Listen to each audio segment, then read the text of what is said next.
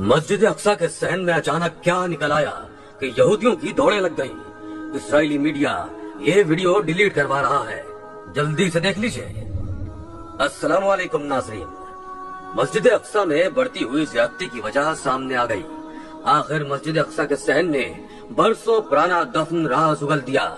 ये देखकर फलस्तीनी मुसलमान सजदा रेज हो गए और इसराइलियों के होश उड़ गए। आखिर ऐसी क्या चीज मस्जिद अक्सा के सहन में नमूदार हुई? आसमान से फरिश्ता? ये हम सब जानते हैं कि इसराइलियों का मस्जिद अक्सा पर अचानक से हमला कर देना, वहाँ मौजूद निहत्ते फलस्तीनी मुसलमानों पर जारियत का मुजाहरा करने का असल मकसद क्या है? कौन सा ऐसा नापाक इरादा लिए इसराइली बार बार मस्जिद अक्सा पर हमलावर होते हैं? शायद बहुत से लोग इस बात से नावाकिफ हों, और आज हमारी ये वीडियो आप लोगों के सामने ऐसे चौंका देने वाले राज खोलने वाली है कि शायद आप में से बहुत से लोग ये बात ना जानते हों। हमारी वीडियो आखिर तक देखिएगा, क्योंकि इस वीडियो में ताबूत सकीना का एक ऐसा राज बताया जा रहा है जिसे सोशल मीडिया से डिलीट करवाया जा रहा है। इससे पहले कि हम ये वीडियो आगे बढ़ाएं, अगर आपने हमारा चैनल सब्सक्राइब नहीं किया तो इसे सब्सक्राइब कीजिए और बेल आइकॉन को क्लिक कीजिए ताकि हर नई आने वाली वीडियो से मुत्तला हो सके। जी तो दोस्तों, जैसा कि 5 रमजानुल मुबारक को इसराइली फौजियों ने अचानक से मस्जिद अक्सा पर हमला किया और फलस्तीनियों पर जुल्म और जबर का पहाड़ तोड़ना शुरू कर दिया था, इसकी वजह सामने आ चुकी है। इसराइलियों का असल मकसद मस्जिद अक्सा को बार बार शहीद करने का इसराइलियों का मकसद क्या है? क्या वो लोग मस्जिद को शहीद करके हैकल सुलेमानी बनाना चाहते हैं, या फिर इसका मकसद ताबूत सकीना की खोज लगाना है? ऐसे बहुत से सवालात सोशल मीडिया पर गर्दिश कर रहे हैं, लेकिन जो वाकया मस्जिद अक्सा के सहन में मौजूदा हालात में पेश आया, उसे देखकर इसराइलियों के होश उड़ के रह गए हैं। इनके सीनों में दफन राज सामने आ चुका है।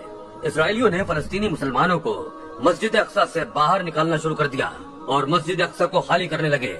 इनका मकसद मस्जिद अक्सा की खुदाई करना था और ऐसी कोशिशें माजी में भी बहुत बार की जा चुकी हैं, लेकिन अल्लाह की बेआवाज लाठी उन पर ऐसी पड़ती रही कि ये अब तक अपने नापाक इरादे में कामयाब नहीं हो सके।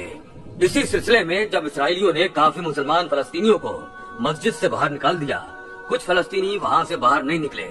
उनमें से एक अबुल हसन नामी बुजुर्ग भी था जो ज्यादातर अल्लाह की इबादत में मशगूल रहता। वो इस वक्त मस्जिद के अंदर नमाज में मशगूल था। यहूदियों ने मस्जिद के सहन में खुदाई शुरू कर दी।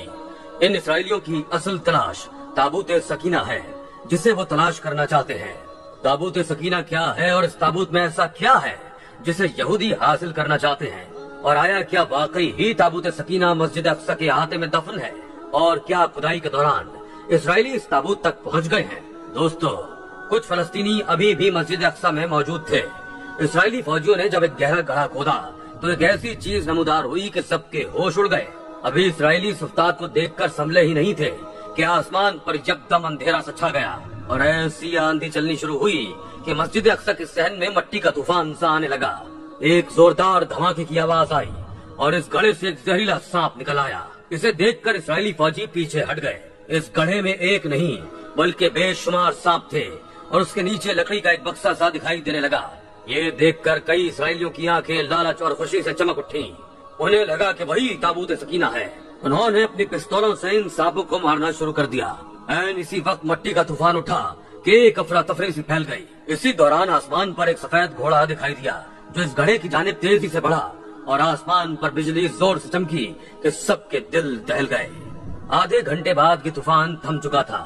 मिट्टी इस गड्ढे में भर चुकी थी। आसमान बिल्कुल साफ हो चुका था। अब वहाँ न सांप थे और न ही कोई चीज के अचानक से अबुल हसन की आंख खुल गई। वो पसीने से शराबूर जाए नमाज पर ही सो रहा था। ये सारा मंजर इसने ख्वाब में देखा था, लेकिन उसे यूं लग रहा था कि शायद ख्वाब के जरिए ये कोई इशारा था जो उसे दिया गया। ताबूत सकीना की असल हकीकत क्या है, ये अब हम आपको बताते हैं। ताबूत सकीना के मुतालिक अक्सर मुफस्सिरीन का ख्याल है कि ये जन्नत से हजरत आदम अलैहिस्सलाम के साथ ही जमीन पर उतारा गया। ये ताबूत लकड़ी का एक संदूक था। ये हजरत आदम अलैहिस्सलाम की आखिरी जिंदगी तक आपके पास ही रहा, फिर बतौर मीरास यके बाद दीगरे आपकी औलाद को मिलता रहा, यहाँ तक कि ये हजरत याकूब अलैहिस्सलाम को मिला और आपके बाद आपकी औलाद बनी इसराइल के कब्जे में रहा। और जब ये संदूक हजरत मूसा अलैहिस्सलाम को मिल गया तो आप इसमें तौरात और अपना खास सामान रखने लगे। ये बड़ा ही मुकद्दस और बाबरकत संदूक था।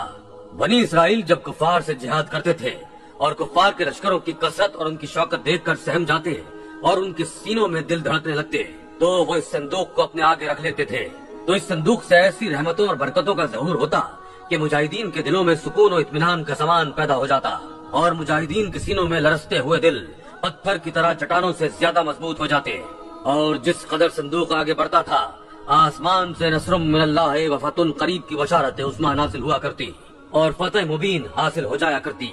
بنی اسرائیل میں جب کوئی اختلاف پیدا ہوتا تھا تو لوگ اسی صندوق سے فیصلہ کرواتے، صندوق سے فیصلے کی آواز اور فتح کی بشارت سنی جاتی تھی۔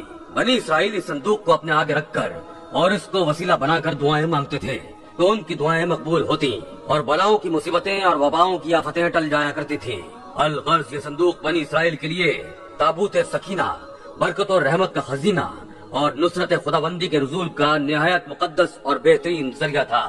مگر جب بنی اسرائیل طرح طرح کے گناہوں میں ملوث ہو گئے اور ان لوگوں میں سرکشی اور عصیان کا دور دورہ ہو گیا تو ان کی بدعمالیوں کی نحوست سے ان پر خدا کا یہ غضب نازل ہو گیا کہ قوم عمالقہ کے کفار نے ایک لشکر جرار کے ساتھ ان لوگوں پر حملہ کر دیا۔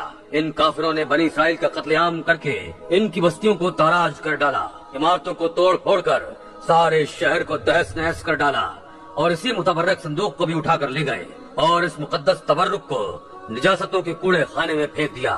پھر اللہ تعالیٰ نے 4 فرشتوں کو مقرر فرما دیا جو اس مبارک صندوق کو بنی اسرائیل کے نبی حضرت شمویل علیہ السلام کی خدمت میں لائے۔ اس طرح پھر بنی اسرائیل کی کھوئی ہوئی نعمت دوبارہ ان کو مل گئی، اور یہ صندوق ٹھیک اس وقت حضرت شمویل علیہ السلام کے پاس پہنچا جب آپ نے طالوت کو بادشاہ بنا دیا تھا، اور بنی اسرائیل طالوت کی بادشاہی تسلیم کرنے پر تیار نہیں تھے، اور یہی شرط ٹھہری تھی کہ مقدس صندوق آ جائے تو ہم طالوت کی بادشاہی تسلیم کر لیں گے۔ چنانچہ صندوق آ گیا اور بنی اسرائیل طالوت کی بادشاہی پر رضامند ہو گئے۔ قرآن مجید میں خداوند قدوس نے سورہ بقرہ میں اس مقدس صندوق کا تذکرہ فرماتے ہوئے ارشاد فرمایا، اور ان سے ان کے نبی نے فرمایا، اس کی بادشاہی کی نشانی یہ ہے کہ آئے تمہارے پاس تابوت جس میں تمہارے رب کی طرف سے دلوں کا چین ہے اور کچھ بچی ہوئی چیزیں ہیں، معزز موسیٰ اور معزز ہارون کے ترکے کی، اٹھاتے لائیں گے اسے فرشتے۔ بے شک اس میں بڑی نشانی ہے تمہارے لیے اگر ایمان رکھتے ہو۔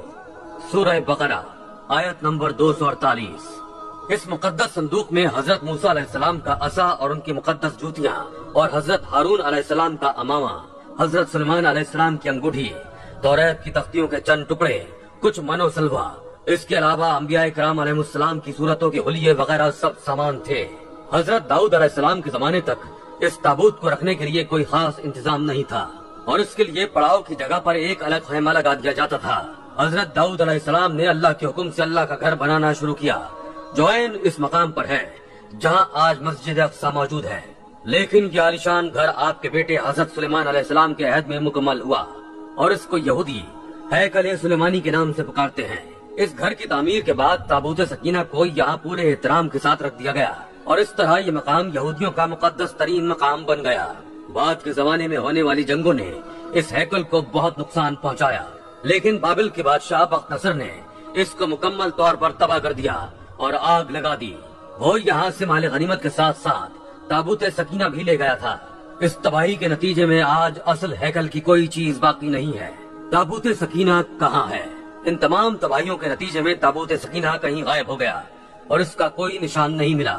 آج بھی بہت سارے ماہرین آثار قدیمہ اور خصوصاً یہودی مذہب سے تعلق رکھنے والے ماہر اس کی تلاش میں سرگرداں ہیں تاکہ اس کو ڈھونڈ کر وہ اپنی اسی روحانیت کو واپس پا سکیں جو کبھی ان کو عطا کی گئی تھی۔ تابوت سکینہ کی موجودہ جگہ کے بارے میں مختلف لوگ قیاس آرائیاں کرتے رہتے ہیں۔